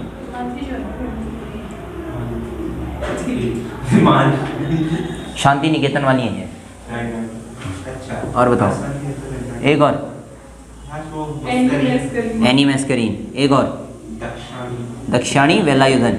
कितने हो गए? 1 2 3 4 5 6 7 8 9 10 11 12 13 14 15। पता ठीक। दक्षाणी वेलायुधन कौन थी? दलित दलित में दलित महिला थी, इकलौती दलित महिला थी। कौन सी कम्युनिटी से थी? बुलाया पुलाया कम्युनिटी से, पुलाया समुदाय से थी। अब लगभग ये वाले क्वेश्चन तो गलत नहीं होंगे हमारे, ठीक है। अब थोड़ा सा राजनीतिक अवधारणाओं की तरफ चलेंगे, वहाँ से करते करते करते करते कॉन्स्टिट्यूशन कैसे बना दिया वो तो हमने कर ही दिया है ना पूरा, वहाँ से स्टार्ट करते हैं। पहला राज्य की अवधारणा की तरफ जाएंगे। सबसे पहले स्टेट या राज्य क्या होता है, जब हमें ये पता होगा तो हम पूरा कॉन्स्टिट्यूशन पढ़ पाएंगे, ठीक है। इसका रीज़न क्या होगा? क्योंकि पूरे कॉन्स्टिट्यूशन में स्टेट वर्ड का यूज़ किया है उन्होंने, ठीक है। हर बार डेफिनेशन जो है वो स्टेट की देगा, राज्य में क्या शामिल है वगैरह वगैरह। तो पहली चीज़ तो एक राज्य होता क्या है, राज्य के मुख्य घटक क्या हैं, या कोई भी राज्य किन चीज़ों से मिलकर के बना होता है। और पहला चीज़ क्या है किसी राज्य के अंदर? पहली चीज़ है एक राज्य के पास ज़मीन होनी चाहिए, भूभाग होना चाहिए, ठीक है। दूसरा उसके पास पॉपुलेशन होनी चाहिए, जनसंख्या। ठीक है। अब मैंने कहा कि मैं राजा हूँ, मैं ही शासन सत्ता हूँ, मेरे पास एक घर है, ज़मीन का टुकड़ा है और I am the prime minister, I am the president, लेकिन मेरे पास पॉपुलेशन नहीं है, तो क्या हो जाएगा? स्टेट नहीं कहलाएगा, ठीक हो गया। तीसरा क्या होना चाहिए? लैंड है, पॉपुलेशन है, तो एक गवर्नमेंट होनी चाहिए मेरे पास, सरकार, शासन होना चाहिए। और इन तीनों में सबसे महत्वपूर्ण जो चौथी चीज़ है वो कौन सी है? सॉवर्जिनिटी होनी चाहिए। संसाधन जरूरी नहीं है, सॉवर्जिनिटी बहुत जरूरी है। सॉवर्जिनिटी मतलब संप्रभुता, मैं संप्रभु होना चाहिए अपने अंदर। अब जरा स्टेट्स के हिसाब से लगभग सारे राज्य जितने भी दुनिया में एग्जिस्ट करते हैं सब में ये चीज़ें मिलती, ठीक है। किसी भी एक का एग्जांपल ले सकते हैं। अब जरा हम देखें, क्या कभी ऐसा हो सकता है कि किसी एक चीज़ को छोड़ दें और बाकी तीन रखें तो भी हमें स्टेट मिल जाए? जैसे सपोज करो मैं कहीं गवर्नमेंट छोड़ दूँ और ये तीन ही चीज़ें रखूँ, तो क्या वो भी स्टेट हो सकता है? ऑब्वियसली नहीं, ठीक है। अब देखो जरा कुछ एग्जाम्पल हम ऐसे उठाते हैं जिसमें हम स्पष्ट से ये कह पाएँ कि इन चारों के बिना कोई भी चीज़ एग्जिस्ट नहीं करेगी जिसको हम स्टेट कहें। अब जरा देखना, एक ऐसी चीज़ की बात करते हैं जिसके पास लैंड है, पॉपुलेशन है, सॉवर्जिनिटी है, बट गवर्नमेंट नहीं है। ध्यान से देखना, ज़मीन के टुकड़े हैं, बहुत बड़ा भूभाग है, बहुत अधिक पॉपुलेशन भी है, बहुत बड़ा सॉवर्जिनिटी भी है कि वो जो चाहे डिसीजंस ले सकती है, लेगी तो गवर्नमेंट ही, लेकिन यहाँ पे गवर्नमेंट है ही नहीं, बट सॉवर्जिनिटी है। जैसे यूरोपियन यूनियन, ठीक है, यूरोपियन यूनियन, सार्क, कोई भी ऐसा एग्जाम्पल दे दो जिनके पास ज़मीन है, पॉपुलेशन, हम पढ़ते हैं ना कि इसके पास ज़मीन का इतना हिस्सा, इतना परसेंट हिस्सा पड़ता है, पॉपुलेशन का इतना परसेंट हिस्सा पड़ता है। सॉवर्जिनिटी तो है ही है, सार्क कुछ कहेगा तो सार्क की अपनी मर्जी है, वो उसके ऊपर बिम्स्टेक का कोई प्रभाव नहीं पड़ने वाला। यूरोपियन यूनियन कोई भी फैसला लेता है उस पर भारत का कोई प्रभाव पड़ेगा, तो European Union is a sovereign body. पर यूरोपियन यूनियन की अपनी गवर्नमेंट नहीं है, अलग अलग राज्यों की गवर्नमेंट है जो कि अपने आप में सोवर्जिन है, इसके लिए सोवर्जिन नहीं है। तो कुल मिलाकर के बिना गवर्नमेंट की हो गई फिर ये। तो इसका मतलब EU क्या नहीं है? स्टेट नहीं है। समझ में आ गया इतना? ठीक है। अब ऐसा करते हैं, पॉपुलेशन है, गवर्नमेंट है, हालांकि अभी मान लो सॉवर्जिनिटी भी है, अपने आप में सॉवर्जिनिटी भी है मान ली हमने, पॉपुलेशन, लैंड नहीं है, ज़मीन नहीं है, ऐसी कोई गवर्नमेंट। UN वैसे इसी के अंदर आएगा, क्योंकि UN के पास पूरी दुनिया के कुछ देश तो हैं ही जिनकी ज़मीनें भी उसी में गिनी जाएगी कि UN के पास इतना % ऑफ पॉपुलेशन है। इसके अंदर आ जाएगी तुम्हारी द गवर्नमेंट ऑफ तिब्बत, इसकी राज्य सरकार, इसकी सरकार लासा में चलती है, ये हमारे यहाँ कहाँ, धर्मशाला में, लासा के धर्मशाला में, हिमाचल प्रदेश के अंदर। इसकी पॉपुलेशन भी कुछ बहुत वहाँ है, इनके पास एक गवर्नमेंट भी बनी हुई है वहाँ जो कि अपने फैसले लेने के लिए भी संप्रभु है, लेकिन इनके पास ज़मीन नहीं है। तो क्या हम कहेंगे कि तिब्बत इज़ अ स्टेट? नहीं, तो तिब्बत एक स्टेट नहीं। ऐसे बहुत सारे एग्जाम्पल्स हम ढूंढ सकते हैं जिनमें अलग अलग तरीके की चीज़ें दिखाई दें। कुल मिला के हम ये कहेंगे कि एक राज्य या स्टेट तभी बनेगा जब उसके पास लैंड भी हो, उसके बाद पॉपुलेशन हो, उसके पास गवर्नमेंट हो और उसके पास सॉवर्जिनिटी हो, संप्रभुता हो। क्या भारत के पास ये चारों चीज़ें हैं? तो हम कहेंगे कि भारत एक स्टेट है, भारत एक राज्य है, क्योंकि उसके पास ज़मीन है, उसके पास एक जनसंख्या है, उसके पास एक सरकार है जो कि क्या है, संप्रभु है। अगर मैं पूछूं तुमसे कि हम मई 1949 के अंदर ज्वाइन हुए थे कॉमनवेल्थ को, मई 1949 में हमने कॉमनवेल्थ ज्वाइन किया था, तो हमने अपनी संप्रभुता खो दी, या मैं कहूँगी हमने यूएनओ ज्वाइन किया, हमने अपनी संप्रभुता खो दी। क्यों? हाँ, हम हमारे डिसीजंस पे उसका ज़्यादा प्रभाव पड़ने नहीं देते। दूसरी चीज़, हम स्वतंत्र हैं कि हम उसे कभी भी छोड़ सकते हैं, ये सबसे बड़ी चीज़ है। यानी कि हम बाउंडेड नहीं रहते किसी के साथ भी। जब भी हमारी सॉवर्जिनिटी पे कोई अटैक होगा तो उसके लिए हम फ्री हैं उसको चेक करने के लिए, उसका चेक एंड बैलेंस करने के लिए। तो इस तरीके से राज्य की अवधारणा पे भारत एक फुलफिल तरीके से बैठता है। अब इसी में एक टर्म आई गवर्नमेंट, शासन की जो पद्धतियाँ हैं उनसे रिलेटेड कुछ चीज़ें देख लेंगे हम, जो बेसिक बिल्कुल फंडामेंटल होते हैं पॉलिटी के अंदर, पहले हमें आना चाहिए, जो उससे रिलेटेड है। अब इतना समझ में आ गया कि एक स्टेट क्या होता है, तो हम ये मान लेंगे इंडिया एक स्टेट है, भारत एक राज्य है। अब भारत एक राज्य है तो भारत में शासन चल रहा होगा, गवर्नमेंट होगी कोई, तो गवर्नमेंट है तो एक गवर्नमेंट पॉलिसीज़ भी होती होंगी, सरकार कोई नियम कायदे कानून बनाएगी, ये भी होगा। सरकार का जो शासन का तरीका है वो भारत में कैसा है वो देखना है हमें। तो हमने कहा कि सरकार का भारत में शासन का तरीका डेमोक्रेटिक है या लोकतांत्रिक सरकार है भारत में। तो हम ये कह रहे हैं कि हमारे देश में राजतंत्र नहीं है, मनार्की नहीं है, पर क्या है, डेमोक्रेसी है, लोकतंत्र है। क्या हम ये प्रूफ कर सकते हैं कि भारत में डेमोक्रेसी है? ऑब्वियसली यहाँ क्या होता है, वयस्क मताधिकार के द्वारा हर 5 साल में नई सरकार का चयन किया जाता है। तो इस हिसाब से हम कहेंगे कि भारत क्या है, एक डेमोक्रेटिक कंट्री है। भीड़ तंत्र कैसे है, मोबोक्रेसी कैसे है, कल का क्वेश्चन था ये, अलग अलग वर्ड उसमें आए थे। भीड़ तंत्र या मोबोक्रेसी कैसे है, तो हम ये कहेंगे कि भारत के अंदर बहुमत का निर्धारण या किसी भी व्यक्ति के जीतने का निर्धारण होता है फर्स्ट पास द पोस्ट के हिसाब से। कुल मिला के कहने का मतलब जिसको ज़्यादा वोट पड़ेंगे वो जीत जाएगा। तो ज़्यादा वोट जिसको पड़ेंगे उसको भीड़ ने वोट दिया। तो एक तरीके से हम कहते हैं कि भारत में भीड़ तंत्र भी है, यानी कि जिसको भीड़ वोट दे दे वो जीत जाता है। हम दूसरा कहा भारत में प्लूटोक्रेसी है या अर्थतंत्र है, पैसों का कुल मिलाकर के खेल है। तो हम देखते हैं कि अधिकतर राजनीतिक पार्टियां चंदा लेती हैं, चंदे से इलेक्शन लड़ा जाता है। इलेक्शन कमीशन जबकि फिक्स कर देती है कि इतना ही पैसा लो, उसके बाद भी उससे ज़्यादा पैसा चुनाव में लगता है। और अधिकतर हमारे जो विधायक हैं, जो सांसद हैं, वो अमीर होते हैं। तो इसका मतलब हम कहते हैं कि भारत में धनतंत्र भी है, अर्थतंत्र भी है, ठीक है। कुलीन तंत्र भी है क्या? हाँ, भारत में कुल मिला के बड़े बिजनेसमैन या बड़े लोग जो हैं, जिनको हम एक तरीके से अपर क्लास कह देते हैं, upper class in the sense economic में, ऐसे जो लोग हैं वो शासन में, सत्ता में ज़्यादा हैं एज़ कम्पेयर टू जो लोअर मिडिल क्लास या मिडिल क्लास के परिवार हैं उनसे। तो जब बड़े लोग या ऊंचे ओहदे के लोग क्या करते हैं, शासन में प्रतिभाग करते हैं, तो हम उसको कहते हैं क्या है, यहाँ पे एक तरीके से बड़े लोगों का या कुलीन लोगों का तंत्र है, ठीक है। अब इंडिया के अंदर क्या धर्मतंत्र भी है, रिलीजियस के हिसाब से। थियोक्रेसी भी है क्या?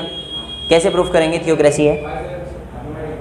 कई सारी चीज़ें कह सकते हैं हम। एक तो अभी के रिसेंट डाटास के रिसेंट जो चीज़ें हैं उनके हिसाब से हम कह सकते हैं कि भारत में कई धार्मिक गुरु या धार्मिक नेता भी किस में आ गए हैं, चुनाव लड़ने के लिए आ गए हैं। दूसरी चीज़, चुनाव के दौरान धार्मिक भावनाओं को भड़काना या धार्मिक भावनाओं के आधार पर मतों की मांग करना भारत में जायज़ है या किया जाता है? ऐसा जायज़ तो नहीं है कहेंगे, बट किया जाता है ना। बहुत सारी पार्टियों ने रिलीजियस आधार पर अपने को आगे भी बढ़ाया है, क्षेत्रवाद भी है इसके अंदर। तो एक तरीके से हम कहेंगे भारत में धर्मतंत्र भी हो गया। एक आता है औसत तंत्र, मीडियोक्रेसी टाइप का।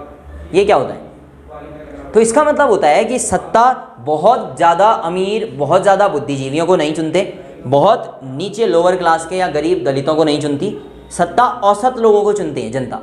इसका मतलब ये हुआ कि जनता पर जो आदमी सबसे ज़्यादा प्रभाव डाल पाया, जनता उसको चुन लेगी किसी भी इलेक्शन के अंदर। क्या भारत में ऐसा होता है?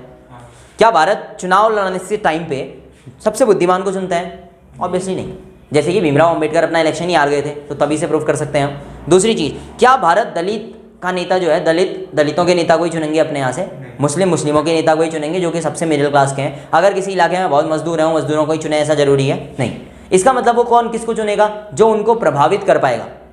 अब प्रभावित तो कोई भी कर सकता है ना। तो भारत के अंदर जब बहुत सारे गुंडे चुनाव जीत जाते हैं, तो इसका मतलब क्या हुआ कि वो प्रभावित कर पाए अपने फैसलों से। तो अगर कोई व्यक्ति भारत की जनता को प्रभावित कर दे तो जनता उसको भी चुन देती है, जिसे हम औसत तंत्र कहते हैं या मीडियोक्रेसी। तो एक तरीके से हम कहते हैं कि भारत में लगभग ये सारी व्यवस्थाएं मौजूद है। उसके बाद भी हम कहेंगे कि भारत एक डेमोक्रेटिक कंट्री है। लेकिन भारत में सबसे कम लक्षण जिस चीज़ के दिखते हैं वो है मनार्की या राजतंत्र, जिसके लक्षण बहुत कम है। राजतंत्र का सिंपल डेफिनेशन होती है जिसमें परिवारवाद चलता है। हम ये कह सकते हैं कि भारत की कई राजनीतिक पार्टियों में परिवारवाद दिखता है।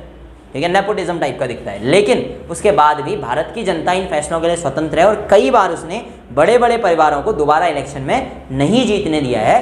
भारत के अंदर राजतंत्र या तानाशाही की जो व्यवस्था है वो सबसे कम पाई जाती है, बाकी सारी व्यवस्थाएं लगभग सम्मिलित है। तो जब भी हम इस प्रश्न का उत्तर लिखेंगे तो हम एक डिटेल फ्रेमिंग करेंगे एक एक पॉइंट के हिसाब से।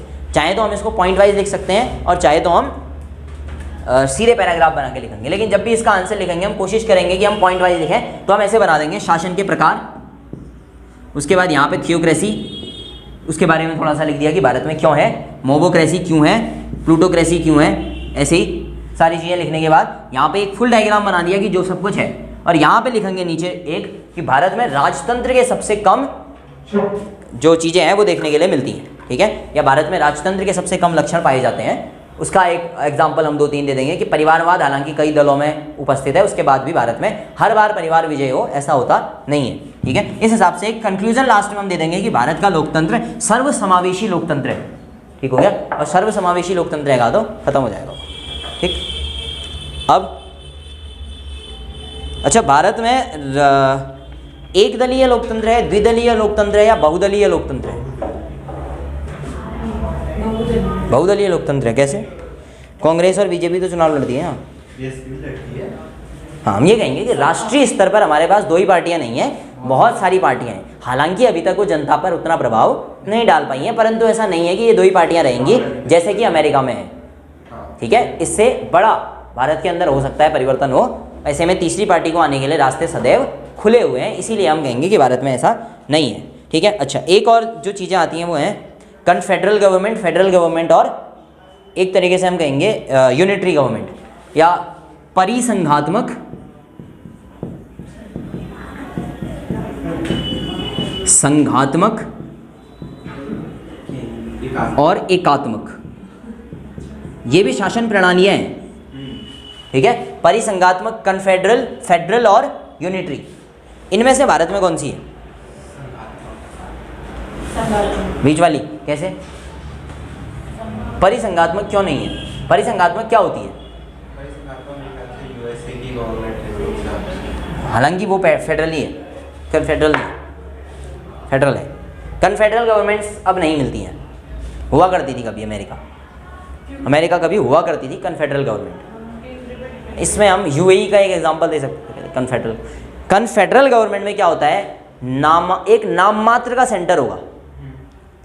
जैसे हमारे यहाँ राज्य बना दिए हमने, सारे राज्य एक संधि पर हस्ताक्षर कर कर कहेंगे कि ऐसा करो सर, हमारी सुरक्षा, अर्थव्यवस्था छोड़ो, सुरक्षा देखो, फॉरेन अफेयर्स देखो, ये तुम कर लो, संचार वगैरह, बाकी हम खुद कर लेंगे। लेकिन इनमें राज्यों को पूर्णतया स्वतंत्र होने का अधिकार होगा परिसंघात्मक में। फेडरल गवर्नमेंट परिसंघात्मक का ही एक छोटा सा आगे बढ़ा हुआ रूप है, जिसमें सेंटर और स्टेट दोनों को पावर होती है। एक ही डिफरेंस है, संघात्मक या फेडरल गवर्नमेंट में राज्यों को सेंटर से अलग होने का अधिकार नहीं होता। अगर हम कहें कि संघात्मक हो गई गवर्नमेंट, तो इसका मतलब वो पहले परिसंघात्मक रही होगी या उसमें परिसंघात्मक के भी लक्षण होंगे। राज्यों के पास पावर होगी पर अलग होने की पावर यहाँ पे खत्म हो जाती है, इतना ही डिफरेंस है। एकात्मक केवल सेंटर जो है वो पावरफुल होगा, या तो सेंटर ही सेंटर होगा, स्टेट होंगे ही नहीं, जैसे कि यूके की जो गवर्नमेंट है वहाँ सारे फैसले ही सेंटर लेता है, या फिर सेंटर ज़्यादा पावरफुल होगा एज कंपेयर टू स्टेट्स के, राज्यों के। अब इंडिया के अंदर इन तीनों में से कौन सी पॉलिसी है? संघात्मक है। भीमराव अंबेडकर जी ने भी यही कहा था कि संघात्मक है, लेकिन अगर ओरिजिनली देखा जाए तो कौन सी है? संघात्मक, जो कि किसकी तरफ झुकी हुई है? एकात्मक की तरफ। Federal government which is still towards the unitary government policy, unitary government methods. तो हम एक तरीके से संघात्मक हैं लेकिन थोड़ा सा एकात्मक की तरफ झुके हुए हैं। कहने का मतलब ये है कि हैं तो हमारे यहाँ स्टेट्स भी और सेंटर भी, दोनों के पास पावर्स वगैरह भी हैं, लेकिन उसके बाद भी हम थोड़ा थोड़ा किसकी तरफ झुके हुए हैं? यूनिटरी गवर्नमेंट, ज़्यादा सेंटर पावरफुल की तरफ झुके हुए हैं। और इससे 2-3 बार क्वेश्चन पूछे, which one of the following feature is a introduction for the federal features of Indian, यानी कि निम्न में से कौन संघात्मक लक्षण है या निम्न में से कौन एकात्मक लक्षण है, ठीक है, इनको देखेंगे। फिलहाल हमने इंडियन कॉन्स्टिट्यूशन बना दिया, अलग अलग रूल ले आए। अब हम देखेंगे कि हमने भारत का संविधान जो कि अभी तक निर्माण किया, उसके अंतर्गत अलग अलग चीज़ें हमने संविधान में ली। कुल मिला के 70 संविधान बन चुके थे उस समय तक, 60 से ज़्यादा संविधानों को पढ़ा गया। उसके बाद हमारा एक फाइनल कॉन्स्टिट्यूशन फ्रेमिंग हुई, तो अलग अलग कंट्रीज़ का हमने यूज़ किया। लगभग 12-13 कंट्रीज़ तो बड़ी कॉमन कंट्रीज़ हैं, 12 कंट्रीज़ के आसपास तो फिर भी बहुत कॉमन कंट्रीज़ हैं जिनसे हमने अलग अलग चीज़ें ली। कुछ चीज़ें लिखते हैं, उसके बाद बाकी जितना छूट जाएगा वो भी लिख लेंगे, ठीक है। कई सारे पॉइंट्स तो वैसे याद आ जाते हैं। अच्छा, सबसे बड़ा पोर्शन कहाँ से आया? 1935 के अधिनियम से, भारत शासन अधिनियम 1935, ठीक है। गवर्नमेंट ऑफ इंडिया एक्ट 1935 कह लेते हैं, खत्म कहानी। इससे हमने सबसे ज़्यादा फीचर लिए। कौन कौन से फीचर लिए 1935 से? अच्छा, ध्यान देना कि 1935 के लिए गए फीचर्स लगभग ब्रिटिश गवर्नमेंट से मिलते होंगे, क्योंकि ये वही लेके आए हैं, ठीक है। तो इससे हमने क्या क्या लिया? हाँ, सूचियाँ ली, या हम कह सकते हैं कार्यों का वितरण लिया, या शक्तियों का वितरण हम कहेंगे, शक्ति पृथक्करण या शक्तियों का वितरण हमने यहाँ से लिया। राज्य सूची और संघ सूची जो ली है वो यहीं से ली है हमने बांट दिया ना दोनों को, राज्य तुम अपना कानून इस पे बनाना, संघ तुम इस पे बनाना, तो वो हमने यहाँ से लिया। और नहीं, द्विसदन नहीं, और क्या लिया यहाँ से हमने? पार्लियामेंट ली हमने यहाँ से। इसी ने कहा ना पार्लियामेंट बनाओ करके, तो हमने कहा ठीक है बना लेते हैं, हमने पार्लियामेंट ली। हालांकि पार्लियामेंट कैसे काम करेगी, क्या करेगी, ब्रिटेन से लिया हमने कि ऐसा ऐसा होगा करके। उसके अलावा हमने यहाँ से लिए आपातकाल। अब बहुत ध्यान से सुनना, आपात उपबंध हमने यहाँ से लिए हैं। इसके बारे में एक जगह और पढ़ेंगे फिर हम, जर्मनी के वेमर कॉन्स्टिट्यूशन से। आपात उपबंध भी हमने कहाँ से लिए हैं? 1935 से। सिटीजनशिप वगैरह भी यहीं से लिए हैं हमने, सारी चीज़ें इसी के अंदर से 1935 के आसपास। वो कुल मिला के 4-5 चीज़ें यहाँ से हमने ली जो महत्वपूर्ण है, बाकी तो मैक्सिमम कॉन्स्टिट्यूशन यहीं से ले लिया। अब क्योंकि यहाँ से लिया तो एक तरीके से थोड़ा बहुत प्रभाव अब इसमें यूके का ही था, तो कुछ चीज़ें यूके से भी ली होंगी, इंग्लैंड से, ब्रिटेन से। कौन सी ली पहले हमने? यही पार्लियामेंट के लिए प्रोसीजर कैसे काम करेगी, क्या लोकसभा और राज्यसभा, और बाई कैमरलिज्म यहाँ से लिया हमने। द्विसदनात्मकता, राज्यसभा और लोकसभा यहीं से ली। यहाँ हाउस ऑफ कॉमन्स और हाउस ऑफ लॉर्ड्स होते हैं दो, तो हमने भी कहा कि हम द्विसदनात्मक तरीके से चलेंगे। हमारे यहाँ भी क्या होंगे? द्विसदन होंगे, 2 सदन होंगे, तो हमने कहा यहाँ से, ठीक है। यहाँ से हमने ली एक चीज, प्रोसीजर एस्टेब्लिश्ड बाय लॉ। ये बड़ा तगड़ा है, ठीक है। इसके बारे में फिर देखेंगे कि ये क्या होता है, but procedure established by law यहाँ से लिया। ड्यू प्रोसेस ऑफ लॉ जो आगे पढ़ेंगे वो यूएसए से लिया है। उन दोनों के बीच में बढ़िया डिबेट है, but procedure established by law हमने कहाँ से लिया? ब्रिटेन से लिया है। एक चीज हमने यहाँ से ली, कैबिनेट। कैबिनेट की पूरी अवधारणा यहाँ से ली हमने। मंत्रिमंडल से संबंधित जितनी भी चीज़ें हैं वो कहाँ से उठाई हमने? यूके से। हमने कहा भैया तुम ही बताओ मंत्रिमंडल वगैरह है वो कैसे काम करेगा। यहाँ से एक और चीज़ आई है वैसे, ऑफिस ऑफ गवर्नर, राज्यपाल का ऑफिस, ठीक है। यही राज्यपाल की नियुक्तियां करते थे ना ये लोग, इंडिया के अंदर भी लगातार गवर्नर की तो नियुक्ति है, इन्होंने अपॉइंट किए, तो हमने यहाँ से ऑफिस ऑफ गवर्नेंस लिया है। इसके बाद जो अगला बड़ा प्रभाव पड़ा हमारे वहाँ, वो किसका पड़ा? यूएस गवर्नमेंट का, कनाडा का भी है, ठीक है। अमेरिका ने हमें क्या क्या दिया फिर? अब जरा ध्यान देना, अमेरिका के फीचर्स को दिमाग में ले आएंगे, अमेरिका क्या क्या करता है वहीं से हम लाएंगे। अच्छा, एक चीज़ यहाँ से और ली हमने, इससे दिमाग में आ जाएगा तुम्हारे, यूके से नॉमिनल पावर ऑफ प्रेसिडेंट। राष्ट्रपति के पास जो अल्पकालीन अल्प शक्तियां हैं ना हमारे यहाँ, या केवल नाम की शक्तियां हैं, वो यहीं से लिए हमने यूके से, क्योंकि यहाँ भी राजा जो होता है, राजाध्यक्ष जो होता है, उसके पास पावर कम होती है। तो हमने यहाँ भी क्या किया, राज्याध्यक्ष की कम शक्तियाँ या केवल नाम मात्र की शक्तियाँ हमने यहाँ से ली हैं यूके से। हमने कहा कि राष्ट्रपति एक नाम मात्र का प्रधान होगा, मेन पावर किसके हाथ में होगी? प्राइम मिनिस्टर के हाथ में ही होगी। इधर यूएसए से क्या लिया होगा फिर हमने? यहाँ से लिया ही प्रेसिडेंट होगा फिर हमने, मेजरली प्रेसिडेंट ही लिया होगा, कुछ बहुत फीचर्स उसके लिए हमने। वाइस प्रेसिडेंट यहीं से लिया हमने, है ना। एक चीज जो यहाँ से ली सबसे मेजर, वो है फंडामेंटल राइट्स, मूल अधिकार। वो केवल यूएसए ने दिए थे ना सबसे पहले, फिर मैग्ना कार्टा के बाद से फिर यही आया, यूएसए का फंडामेंटल राइट्स बड़े बेसिक थे, तो यहाँ से लिया। फिर जुडिशियल रिव्यू, जुडिशियल रिव्यू क्यों लिया यहाँ से? क्योंकि यहाँ की न्यायपालिका बड़ी पावरफुल होती है, न्यायपालिका पावरफुल है तो जुडिशियल रिव्यू भी यही देंगे ना, तो इनसे जुडिशियल रिव्यू लिया। न्यायपालिका पावरफुल है, प्रेसिडेंट भी पावरफुल है इधर, तो प्रेसिडेंट को हटाने के लिए महाभियोग, impeachment of president, also supreme court और हाई कोर्ट के जजों का निष्कासन। हालांकि उसके लिए इम्पीचमेंट या महाभियोग शब्द का प्रयोग नहीं करना चाहिए, पर फिर भी हम करते हैं, तो हम ये कह देंगे कि महाभियोग किसके लिए, president as well as supreme court और हाई कोर्ट के जज, जो चीफ जज हैं, उन सबको हटाने के लिए महाभियोग भी हमने कहाँ से लिया है, यूएसए से लिया हुआ है, अमेरिका से। तो ये 3 बड़े इलाके रहे हमारे 1935 का एक्ट, यूके और यूएसए। इसके अलावा फिर कनाडा जाए तो यूएसए के ठीक नीचे कनाडा पड़ेगा या यूएसए के ऊपर पड़ेगा, ऊपर पड़ेगा ना, नॉर्थ साइड को, ठीक है। कनाडा, भी कह सकते हैं अलास्का लेके, हाँ ये भी कह सकते हैं, अलास्का को देखा जाए तो। कनाडा, कनाडा में सेंटर गवर्नमेंट ज़्यादा पावरफुल है, ज़्यादा ध्यान से देखना। कनाडा की जो संवैधानिक व्यवस्था है उसमें इंडिया की जैसी व्यवस्था है लगभग, केंद्र थोड़ा ज़्यादा पावरफुल है, किसके कंपेयर में, राज्य के कंपेयर में। तो कनाडा से क्या लिया होगा फिर हमने,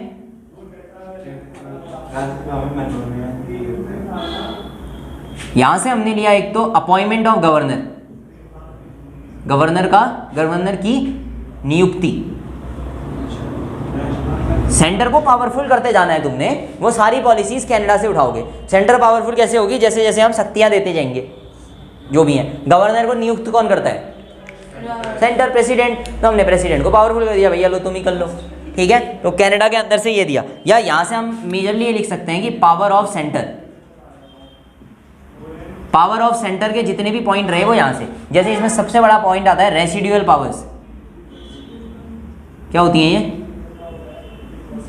ऐसी शक्तियां जिनके बारे में कहीं पहले वर्णन आया ही नहीं है। सपोज करो आईटी बनी ही नहीं थी, कंप्यूटर आया ही नहीं था, राज्य सूची, संघ सूची और समवर्ती सूची तुमने बना दी। अब मैंने कहा ऐसा करते हैं भैया आईटी सेक्टर से टैक्स लेते हैं, ये कहाँ जाएगा, सेंटर के पास। जितनी भी ऐसी चीज़ें हैं जो पहले उल्लिखित नहीं है, नई आई हैं, वो सब सेंटर को दे दो।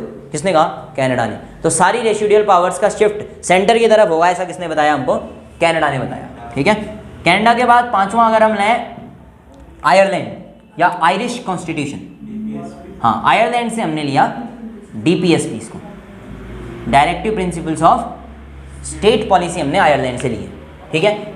उसके अलावा ऑस्ट्रेलिया से क्या लिया, लैंग्वेज ऑफ प्रीएम्बल, ठीक है, लैंग्वेज ऑफ प्रीएम्बल लिया था हमने, प्रीएम्बल नहीं, हाँ लैंग्वेज ऑफ प्रीएम्बल। प्रीएम्बल कहाँ से ली, यूएसए से प्रीएम्बल लिया, ध्यान देना।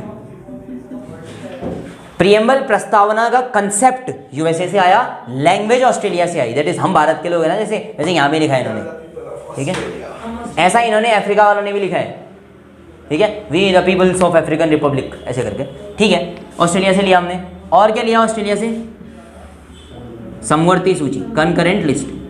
यहाँ 2 लिस्टें ले रखी है ना, यहाँ अगली कनकरेंट लिस्ट, राज्य और सेंटर दोनों कानून बनाओ, बिल्कुल करो, ठीक है। अगला जर्मनी से,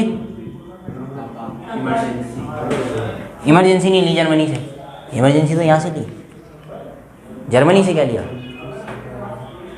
है, आपातकाल से रिलेटेड, बिल्कुल है, क्या है,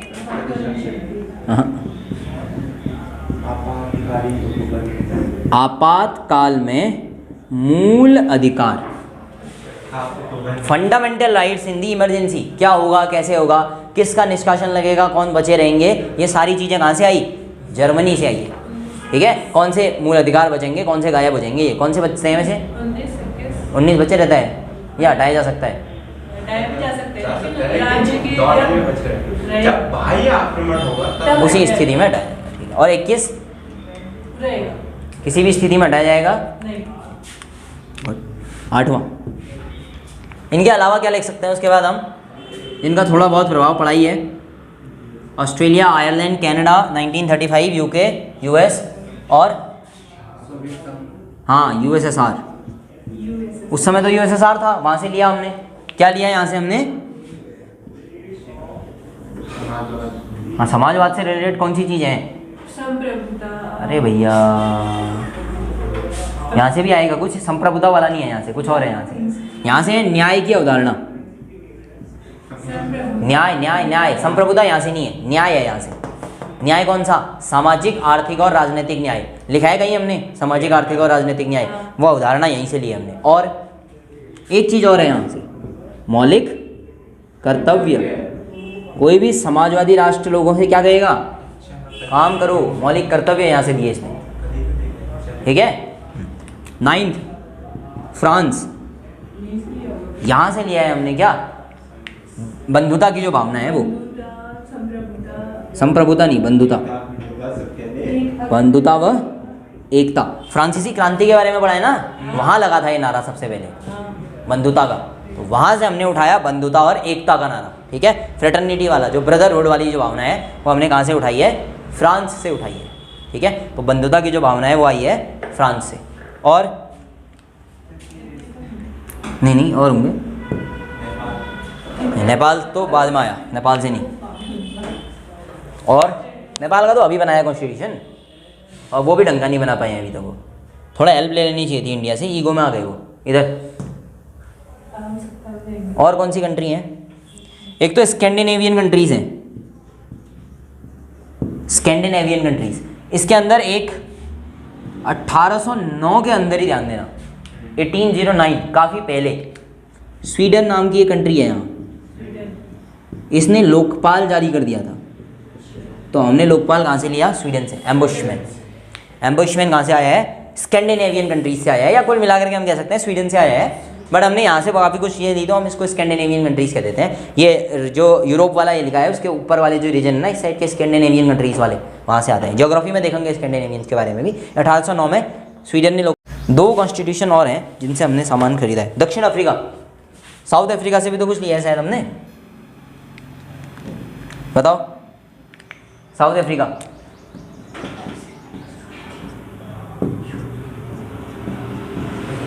साउथ अफ्रीका से क्या लिया, दो कंट्रीज और हैं, एक है साउथ अफ्रीका और एक कंट्री और है। साउथ अफ्रीका से क्या लिया है, साउथ अफ्रीका, अच्छा ये वो वाला है, ठीक है। जापान से लिया है, विधि द्वारा स्थापित, ये वर्ड लिया है एक, विधि द्वारा स्थापित, ये वर्ड जापान से लिया है। यहाँ से क्या लिया, साउथ अफ्रीका से। देखो साउथ अफ्रीका से हमने लिया संविधान संशोधन की प्रक्रिया, कॉन्स्टिट्यूशनल अमेंडमेंट कैसे करेंगे, ठीक है। इसके अलावा इलेक्शन इन राज्यसभा भी लिया है हमने यहाँ से। अच्छा ध्यान देना, प्रेसिडेंट का इलेक्शन यहाँ से आया है शायद, प्रेसिडेंट इलेक्शन कैसा होगा, कनाडा से आया है। प्रेसिडेंट का इलेक्शन, उनका नामांकन जो राज्यसभा वाला है वो यूके से आया है शायद, मनोनयन वाला जो है 12 लोगों का, इनका नहीं, नामांकन राज्यसभा का नामांकन या तो ऑस्ट्रेलिया से है या यूएस से है। एक मिनट देखते हैं,